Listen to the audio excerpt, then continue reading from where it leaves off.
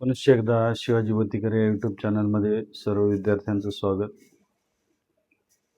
तर आपण या ठिकाणी या अगोदर जिल्हा परिषद, पंचायत समिती आणि ग्रामपंचायत यांच्याविषयी बरीच काही माहिती घेतलेली आहे. तर त्यांच्या पदाधिकाऱ्यावरील अविश्वास कशा पद्धतीने या ठिकाणी संमत केला जातो किंवा ठराव कधी मांडला जातो त्याची माहिती घेऊया आपण. महाराष्ट्र अंतर्गत असल्यामुळे महाराष्ट्राचा नकाशा मी तुमच्यासमोर ठेवलेला आहे. तर संस्था म्हणजे कोणकोणत्या संस्था त्याची माहिती पाहणार आहोत आपण. ग्रामपंचायत,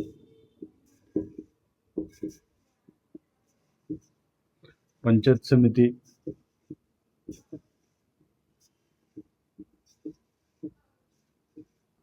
आणि जिल्हा परिषद.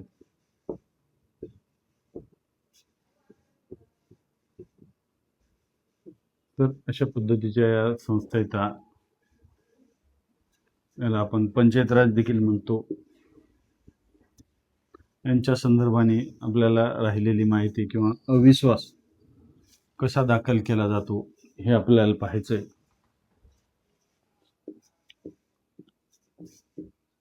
विश्वास,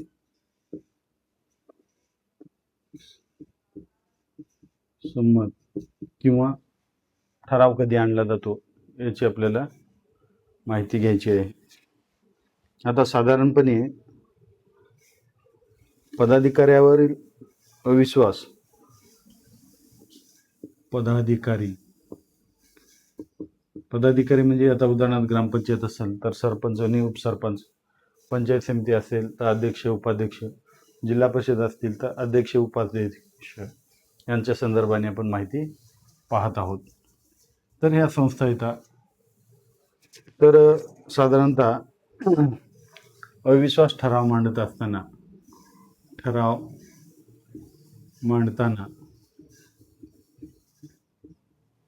कधी ठराव मांडता येतो? साधारणतः सदस्य किती लागतात? सदस्य तर 2/3 सदस्य. ठराव मांडताना 2/3 सदस्य मांडण्याची आवश्यकता आहे. आणि इकडं पंचायत समिती 1/3 सदस्य. याच्यामध्ये सारखेपणा आहे. पंचायत समिती आणि जिल्हा परिषद इथं सदस्य पाहिजेत किती? 1/3 सदस्य. हे झालं ठराव मांडताना, अविश्वासाचा ठराव मांडताना. आता समजा एखाद्या वेळेस निवडून आलेले असतील तर निवडीनंतर, म्हणजे आत्ताच नेमकी निवड झालेली आहे, निवडीनंतर किती दिवसांनी किंवा किती वर्षांनी अविश्वासाचा ठराव मांडला जातो? तर ते आहे ग्रामपंचायत बाबत या ठिकाणी त्यांचे जे पदाधिकारी असतील तर त्यांच्या बाबतीत 2 वर्षानंतर अविश्वास मांडला जातो.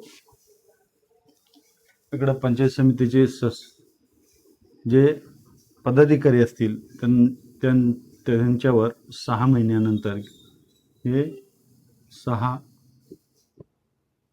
महिन्यानंतर काय केला जातो? अविश्वास ठराव मांडला जातो. त्याच्यानंतर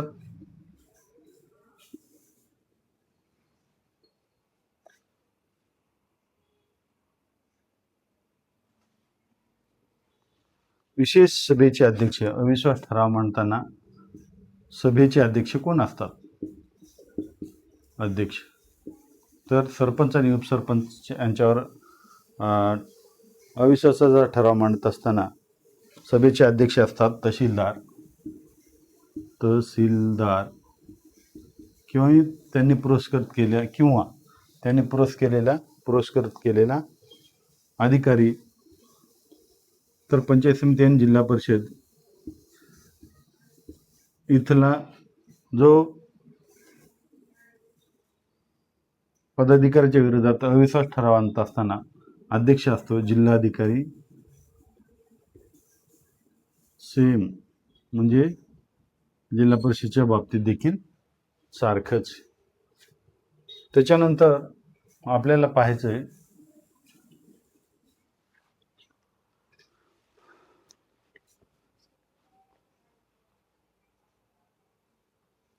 महिला जर असेल, महिला पदाधिकारी कार्य असेल, महिला मुख्य कार्यकारी अधिकारी असल्यास तर सदस्य पाहिजेत 3/4 ग्रामपंचायतीला सदस्य किती पाहिजेत? अविश्वास आणण्यासाठी महिला पदाधिकारी असल्यास किंवा सरपंच आणि उपसरपंच जर महिला असेल तर 3/4 सदस्य हे कशासाठी लागतात? तर ते अविश्वास दाखल करण्यासाठी 3/4 लागतात. इकडे देखील पंचायत समिती आणि जिल्हा परिषदच्या बाबतीत देखील सदस्य हे 3/4 लागत असतात. तर अविश्वास फेटाळला गेला, समजा अविश्वास दाखल केला परंतु फेटाळला गेल्यास, अविश्वास जर फेटाळला गेला तर साधारणतः 2 वर्ष अविश्वास दाखल करता येत नाही. दाखल करता येत नाही. तर साधारणतः ग्रामपंचायतीच्या बाबतीत एकदाच या ठिकाणी अविश्वास दाखल करता येतो किंवा साधारणतः 2 वेळेस अशी गोष्ट येते की अविश्वास दाखल करता येत नसतो आणि येतो नंतर नाही. तर या पंचायत समिती आणि जिल्हा परिषदेच्या संदर्भात 1 वर्षापर्यंत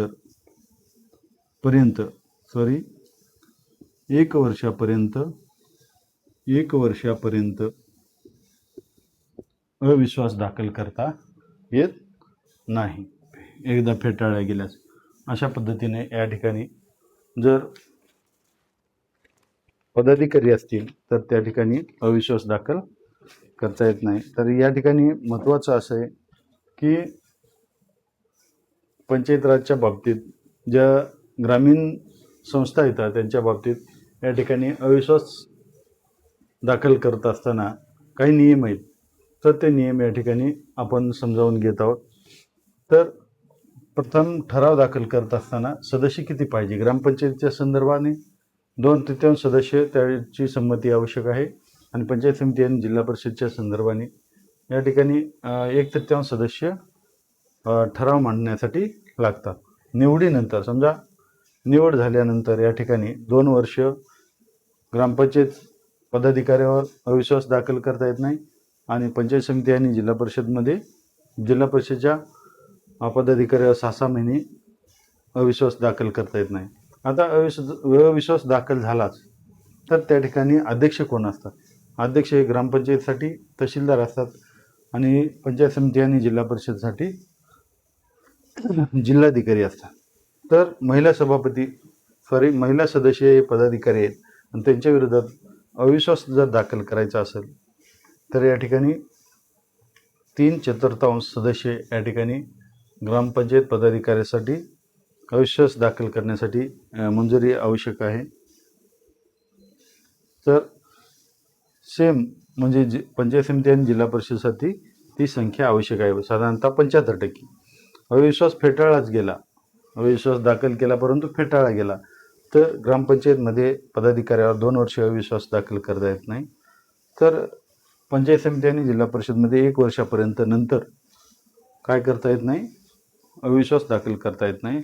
अशा पद्धतीने ग्रामपंचायत, पंचायत समिती, जिल्हा परिषदच्या अंतर्गत जे पदाधिकारी येतात त्यांच्यावर अविश्वास दाखल करत असताना या नियम आणि अटी आहेत.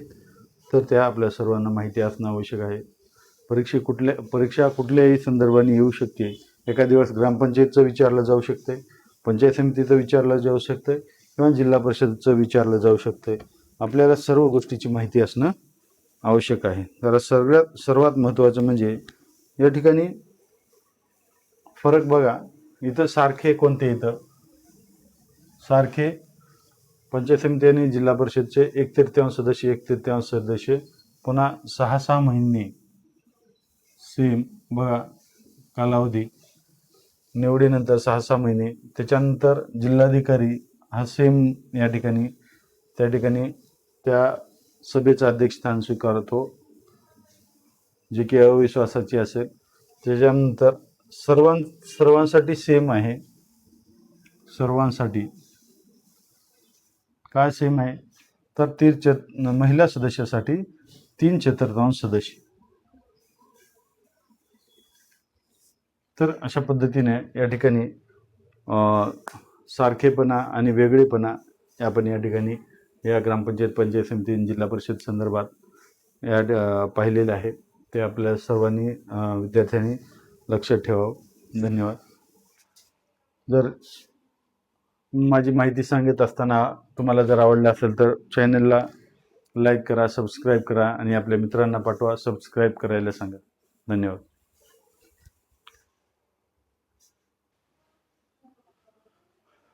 तर पंचायत राज संबंधी काही महत्त्वाच्या गोष्टी येतात, ते आपल्या सर्वांना माहिती असणं आवश्यक आहे. पंचायत राज हे ग्रामीण भागासाठी लागू असलेलं संस्था आहे, ज्याला आपण ग्रामपंचायत, पंचायत समिती, जिल्हा परिषद म्हणतो. तर त्या अनुषंगाने त्यांची माहिती आपल्याला या ठिकाणी पाहायचं आहे. आता ग्रामपंचायतच्या संदर्भात ग्रामपंचायत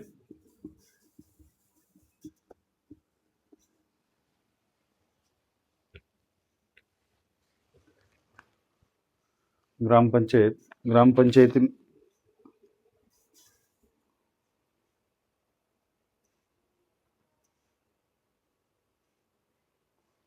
पंचायत राज म्हणजे सर्व बाबी आल्या यांच्याविषयी सर्व समावेशक ज्या गोष्टी येतात त्यांची निवडणूक साधारणतः 5 वर्षांनी होते.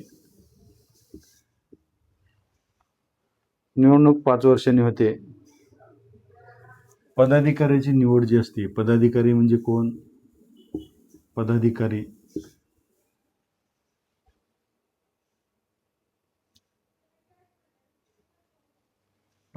म्हणजे उदाहरणार्थ ग्रामपंचायतचे सरपंच, उपसरपंच, पंचायत समितीचे अध्यक्ष, उपाध्यक्ष आणि जिल्हा परिषदेचे पदाधिकाऱ्याची निवड ही सदस्यामधून होते.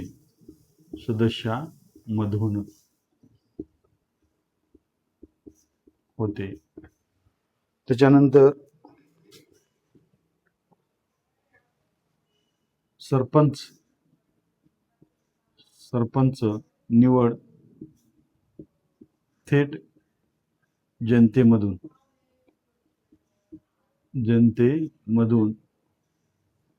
1 ते 2 वेळेस बदल केला गेला. काही वेळेस पूर्वी सदस्यामधून होतं, परंतु 2022ला या ठिकाणी बदल झाला आणि सरपंच हे पद थेट जनतेमधून निवडलं जाते आता. त्याचबरोबर समान मते पडली, समजा सदस्यास समान मते पडल्यास तर चिठ्ठी टाकून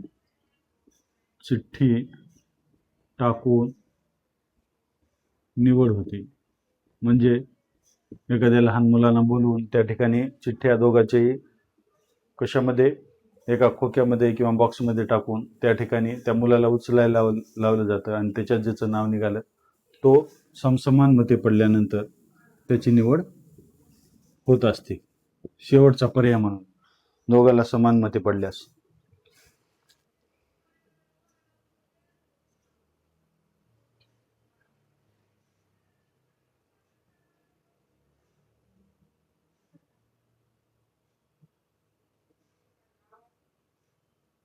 आता सदस्य म्हणून सदस्य म्हणून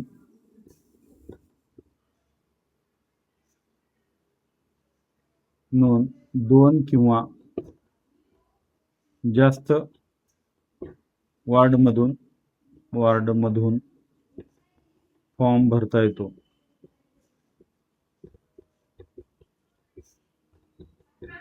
फॉर्म भरता येतो. 2 किंवा जास्त वार्डमधून फॉर्म भरता येतो. परंतु निवडून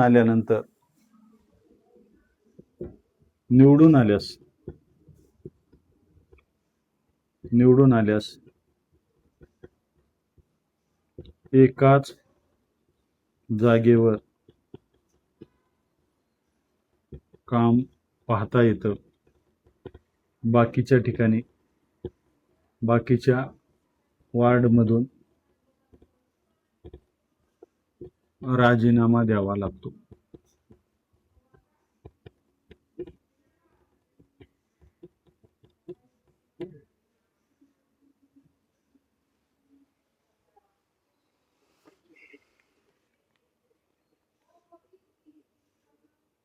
आता याच्या बाबतीमध्ये काही नियम बनवले गेलेले आहेत.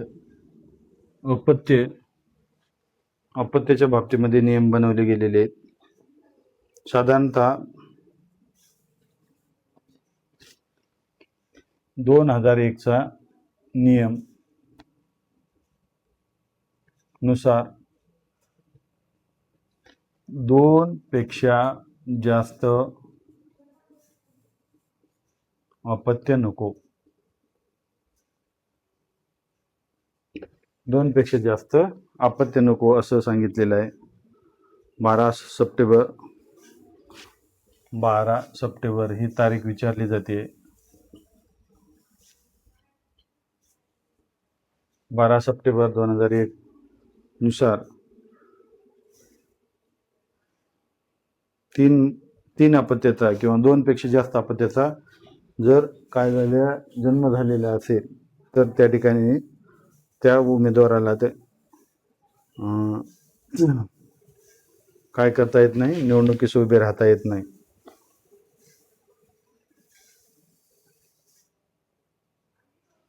परंतु पहिल्या वेळी एक आणि दुसऱ्या वेळी जुळे झाल्यास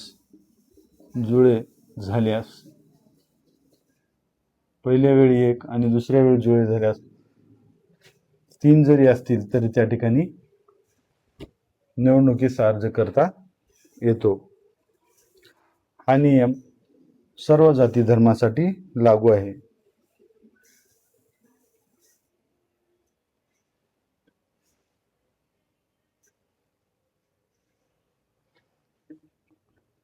हा नियम आमदार, खासदार यांच्यासाठी नाही.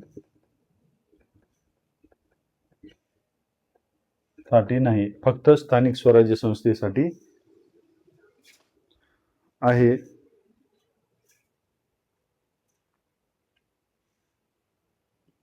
कारण कायदा हा महाराष्ट्राचा कायदा आहे आणि पंचायत राजचा कायदा असल्यामुळं हा नियम आमदार खासदारांना लागू नाही.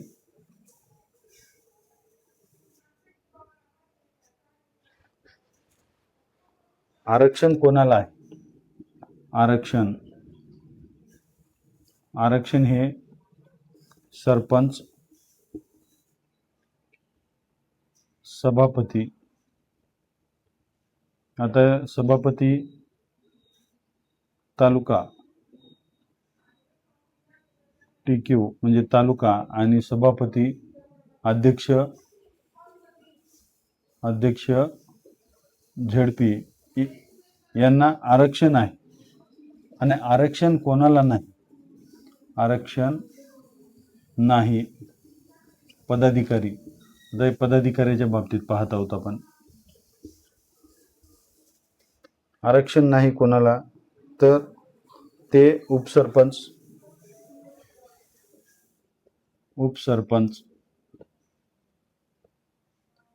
उपाध्यक्ष कोणते? PS पंचायत समिती उपाध्यक्ष आणि ZP उपाध्यक्ष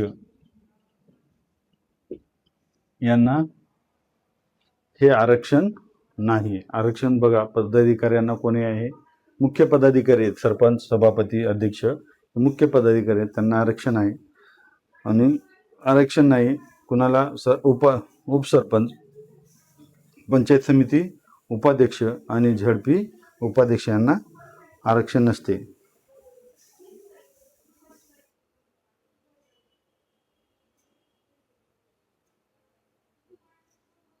आता इकडं आमदार खासदारांसाठी आरक्षण आहे, म्हणजे यांना आरक्षण आहे.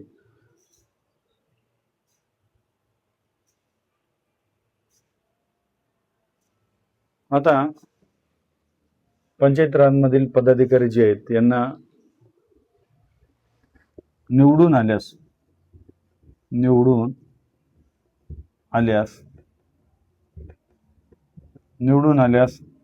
1 महिन्याच्या आत खर्चाचा हिशोब द्यावा लागतो. आपण किती खर्चाचा हिशोब निवडणूक आयोगाला द्यावा लागतो. निवडणूक आयोग यांना द्यावा लागतो.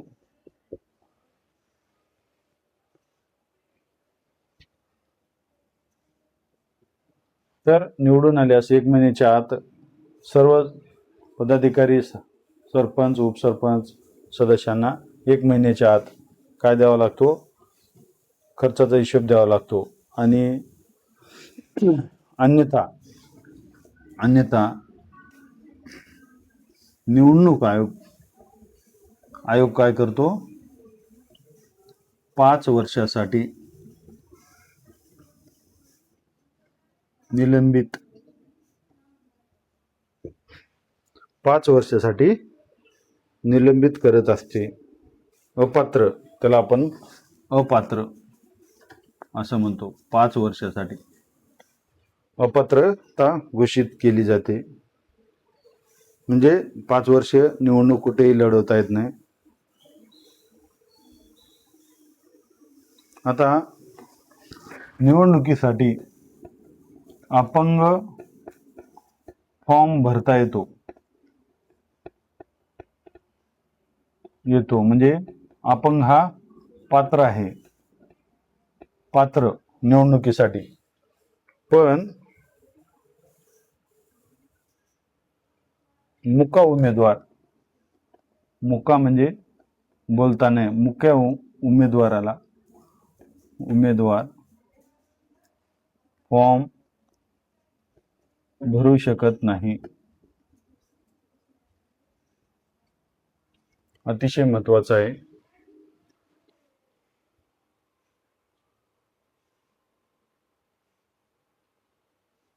आता या संदर्भात आणखी काही महत्वाच्या गोष्टी येतात, या ठिकाणी लिहितो. 1/8 मते पाहिजेत. एकूण मतापैकी, म्हणजे त्या वार्डमध्ये जेवढे मतं असतील पाहिजेत, साधारणतः कमीत कमी. आता उदाहरणार्थ 100 मते असतील त्या एखाद्या वार्डमध्ये, तर तिथं कमीत कमी 12.5 म्हणजे 12-13 मतदान त्या ठिकाणी पडलं पाहिजे. नाहीतर अनामत जप्त होते.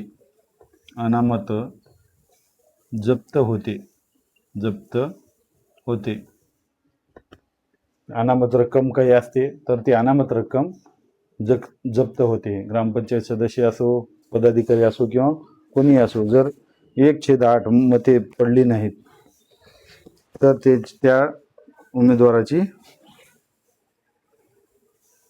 अनामत रक्कम ही जप्त होत असते. आता शिक्षण 2018च्या नियमानुसार 7वी पास पाहिजे, कमीत कमी 7वी पास असणं आवश्यक आहे. आणि हे 1995 नंतरच्या उमेदवाराला लागू आहे. उमेदवाराला लागू काय लागू आहे तर त्या व्यक्तीचं शिक्षण हे 7वी पास असलं पाहिजे. तर अशा पद्धतीची माहिती आपण पंचायत राज संबंधी माहिती पाहिली. त्या माहिती अतिशय आवश्यक आहे. याच्यापैकी कुठलेही समजा माहिती या ठिकाणी आपल्याला येऊ शकते एका वाक्यामध्ये येऊ शकते, जोड्या लावामध्ये येऊ शकते, किंवा आपला अभ्यास किती आहे किंवा आपलं ज्ञान किती आहे हे पाहण्यासाठी येऊ शकतं. ते सर्व माहिती आपल्याला माहिती असणं आवश्यक आहे. तर निवडणूक बघा, पंचायत राजची निवडणूक दर 5 वर्षांनी होते. पदाधिकारी निवड हे सदस्यांमधून होत असते. सरपंच 2022 पासून थेट निवडला जातो. सदस्याला समसमान सारखे जर मतं, समजा एखाद्या सदस्याला दोन्ही सदस्याला 100 मते पडल्यास, असे साधारणतः उदाहरणार्थ आहे, 100 मते पडली तर साधारणतः तर त्याला काय केलं जातं तर दोघांच्याही चिठ्ठ्या बॉक्समध्ये टाकल्या जातात. एखाद्या मुलाला बोलून त्या ठिकाणी त्या कोणती चिठ्ठी उचलली त्यानं त्याचे नाव घोषित करून या ठिकाणी त्याला विजयी घोषित केलं जातं. अशा पद्धतीचे मते समान मते पडल्यास बॉक्स चिठ्ठ्या काढून त्याला विजयी घोषित केलं जातं. सदस्य म्हणून 2 किंवा जास्त वॉर्डमधून फॉर्म भरता येतो, परंतु निवडून आल्यानंतर त्याला एकाच वॉर्डमधून आपले सदस्यत्व ठेवता येतं. बाकीच्या वॉर्डचा राजीनामा द्यावा लागतो, नाहीतर त्याचा सर्व जागेवरचे सदस्यत्व रद्द होतं. तर महाराष्ट्र नियम 2001 नुसार या ठिकाणी 12 सप्टेंबर 2001 नुसार 2 पेक्षा जास्त, म्हणजे उदाहरणार्थ 3 किंवा 3 पेक्षा जास्त मुलं जर असतील तर त्याला निवडणुकीस उभे राहता येत नसते. परंतु पहिल्या वेळेस 1 झाला, पहिल्या वेळेस 2 झाले तर ठीक आहे, परंतु पहिल्या वेळेस 1 मुलगा किंवा 1 मुलगी असेल आणि दुसऱ्या वेळेस जुळे झाले 3 जरी असतील तरी त्याला निवडणुकीला उभं राहता येते. परंतु हा नियम खासदार आणि आमदारासाठी लागू नाही. परंतु खासदार आणि आमदारांना या ठिकाणी आरक्षण आहे. त्या ठिकाणी तर आरक्षण इथं पंचायत राजमध्ये सरपंच, पंचायत समिती सभापती आणि जिल्हा परिषद अध्यक्ष यांना आरक्षण आहे.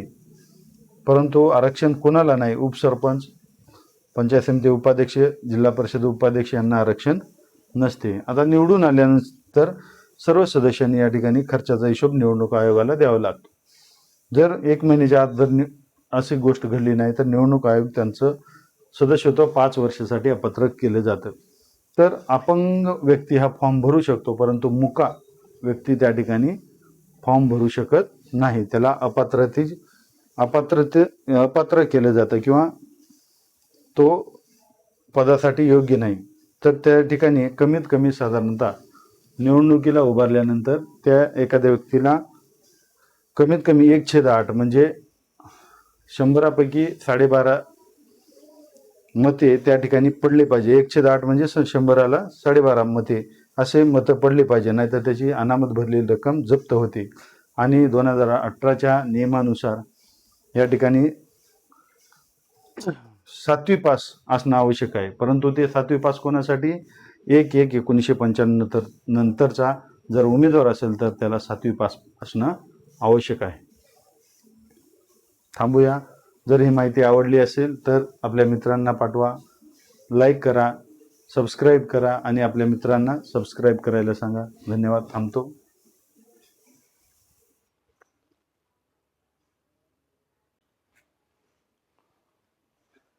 पुनश्च एकदा सर्व विद्यार्थ्यांचं शिवाजी बोतीकर यूट्यूब चॅनलमध्ये स्वागत. पंचायत राज संबंधी काही महत्त्वाच्या बाबी आहेत ते आपण या ठिकाणी घेणार आहोत.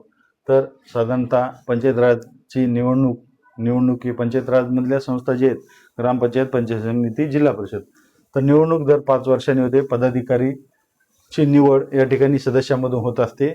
सरपंचाची निवड ही थेट जनतेमधून होत असते. 2022च्या नियमानुसार समान मते पडली एखाद्या वेळेस तर या ठिकाणी चिठ्ठ्या टाकून, उदाहरणार्थ 2 उमेदवार आहेत तर दोघांना समान म्हणजे सारखे, समजा 100 मते पडलेली असतील तर त्या दोघांच्या चिठ्ठ्या बॉक्समध्ये टाकून एखाद्या लहान मुलाकडून ते एखादी चिठ्ठी उचलून ते चिठ्ठी कोणाची आहे ते घोषित केले जाते आणि त्याला विजयी घोषित केलं जातं.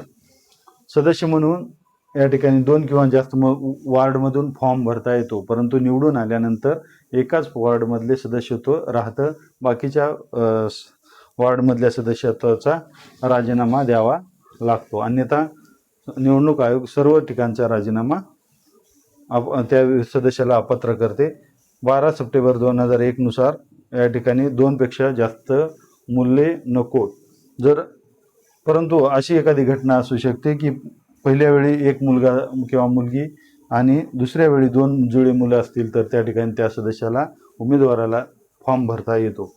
हा नियम खासदार आणि आमदारासाठी लागू नाही, कारण हा राज्याचा पंचायत राज हा कायदा आहे. परंतु आमदार खासदारासाठी आरक्षण लागू आहे. आता आरक्षण पंचायत राज मध्ये या ठिकाणी सरपंच, पंचायत समिती सभापती, PS, पंचायत समिती सभापती आणि जिल्हा परिषद अध्यक्ष यांना आरक्षण आहे. परंतु आरक्षण नाही कोणाला? उपसरपंचाला, पंचायत समिती उपाध्यक्ष, जिल्हा परिषद उपाध्यक्ष यांना काय नाही? आरक्षण नाही. आता निवडून आल्यानंतर 1 महिन्याच्या आत त्या संबंधित उमेदवारांना काय करावं लागतं? निवडणूक आयोगाला आपल्या खर्चाचा हिशोब द्यावा लागतो. अन्यथा 5 वर्षासाठी निवडणूक आयोग त्यास काय करू शकतं? निलंबित करू शकते किंवा अपात्र करू शकते. अपंग व्यक्तीला फॉर्म भरता येतो, परंतु तो मुका असेल तर फॉर्म भरता येत नाही. आणि साधारणतः एखादा उमेदवार निवडणुकीला उभा राहिला असेल तर त्याला कमीत कमी 1/8 म्हणजे 100पैकी कमीत कमी 12 ते 13 मते, त्याला 12च्या पुढे, 12.5च्या पुढे मते असणे आवश्यक आहे. अन्यथा त्याची अनामत रक्कम जप्त होत असते. नाणी 2018च्या नियमानुसार एखादा व्यक्ती उमेदवार किंवा सदस्य म्हणून निवडून येण्यासाठी 7वी पास असणं आवश्यक आहे.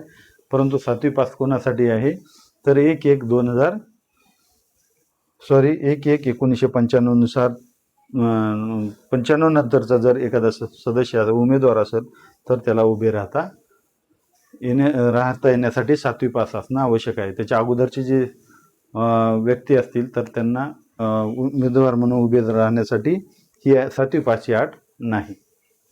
थांबूया. धन्यवाद.